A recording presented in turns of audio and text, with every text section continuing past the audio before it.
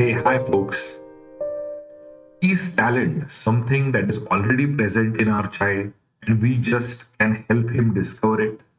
Or is it something that we can shape as we raise our children? This is the exact question that the Polgar experiment helps parents like us to understand and to reflect upon. Also, the Polgar experiment helps us with 7 key universal principles that we can include in our parenting journey. Before we dive deep into the Polgar story, let me be very clear. This is not about turning your child into a genius. Also, this is not an advice that you should blindly follow. But if you are a parent curious to understand whether abilities, talent is inborn or it can be shaped, and if it can be shaped, to what extent, I think the Polgar experiment is the right place. In this video, I'll break down the Polgar experiment into 3 pillars that they executed wholeheartedly. And also, we'll look into 7 core principles that, as mindful parents, we can adapt and apply in our parenting journey. If you have looked at the first video from CurioMinds, you already know this that parenting is not about chasing any outcome, but it is more about understanding how the development actually works. And if parenting is a 25-year-long journey, then the Polgar experiment is a 101 study of what happens when this parenting journey is taken up with extreme intention and utmost care on execution. So let's look at how modern neuroscience and even ancient old wisdom explains the story of these 3 sisters who changed the history forever. There was a man named Laszlo Polgar who believed that geniuses are not born, but they can be made. And to prove this, he and his wife raised their 3 daughters in a very specific manner. As a result, all 3 became elite chess players.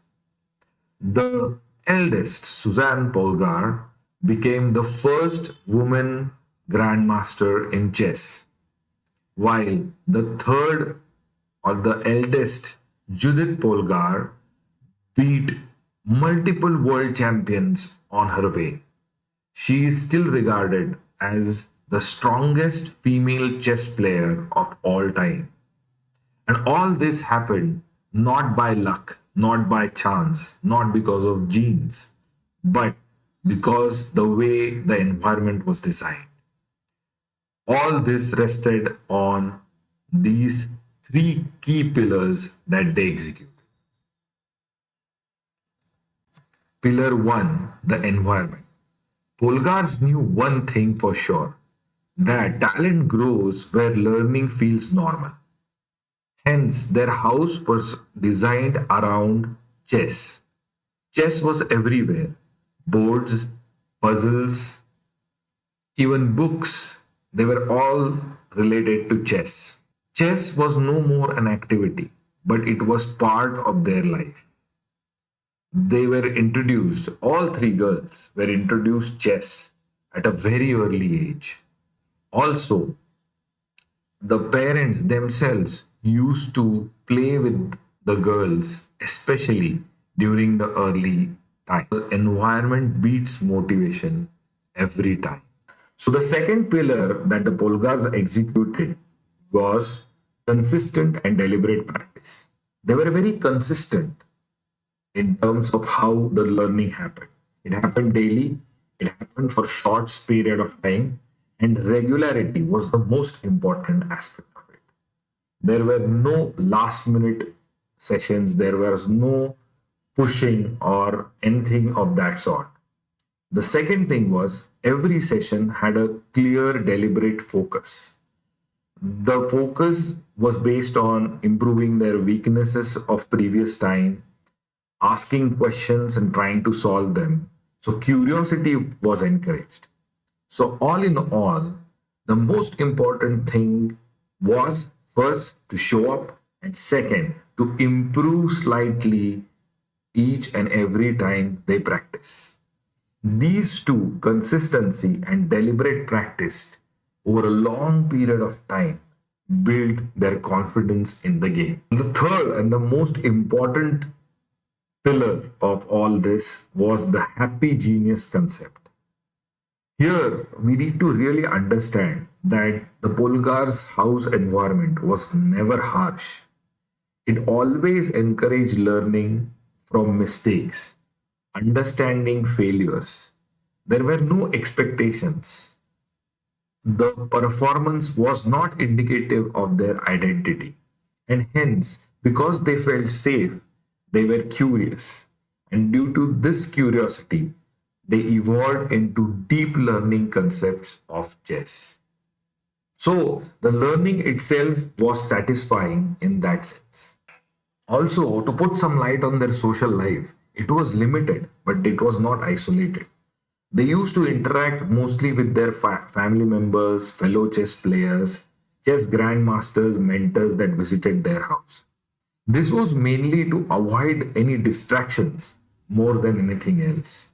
But all three sisters, they felt valued and also understood.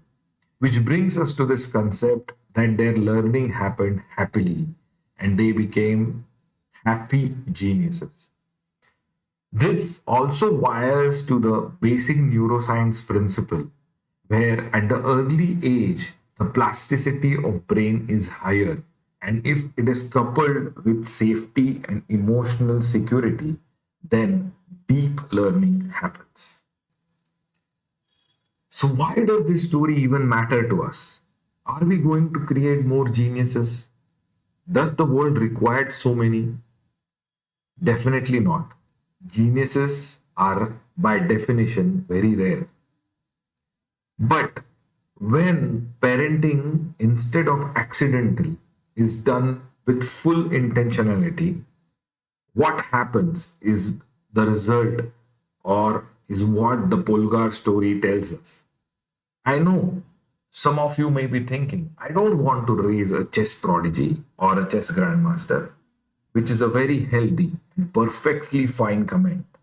However, there are certain universal principles that Polgar story helps us understand. These principles go beyond chess. They are universal. Principle 1: environment shapes ability. If you kind of design the environment in such a way that learning happens automatically, the emotional world of the child stabilizes to that reality. And hence, you don't have to push your child to do something. You just have to design the environment in that particular way. Because environment enables ability more than talent does. Principle number 2: the earlier you start, the earlier you build. The earlier you start, your brain adopts to the new learnings very easily. The easier the learning is. This is not because your child becomes smart, but just because at the earlier age, the brain is more open. And hence, starting early gives you that added advantage. Principle number 3: build great. Learn to take efforts. The age between 5 and 15 is very, very critical to help children learn the art of taking efforts. Taking efforts consistently without forcing, without shouting, but through daily routine is the best way to build grit. Principle 4: consistency creates mastery. It is always good to have small efforts but very consistent regularly than doing big effort sometimes. To put it easily, 20 minutes a day, a daily practice is far more effective than 3 hours a week, 1 day practice.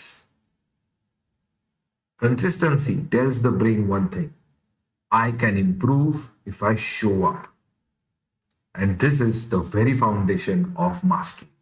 Principle number 5: connection before correction. Children often change or are able to listen to those whom they feel they are emotionally connected. The Polgar sisters always thought they were connected to their father because the father was not just pushing them, but he was with them. He played with them.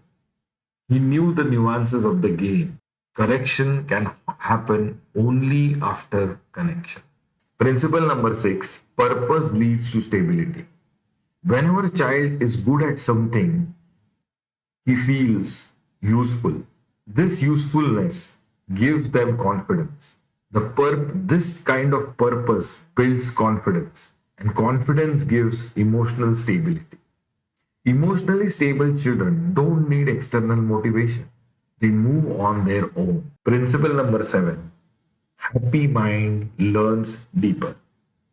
Safety or security opens up your brain, whereas fear almost always shuts down your brain.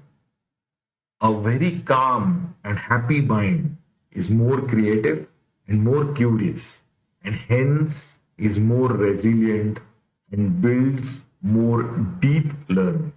If you found the story as curious as I did, join me in this journey of decoding the science behind mindful parenting and raising better humans.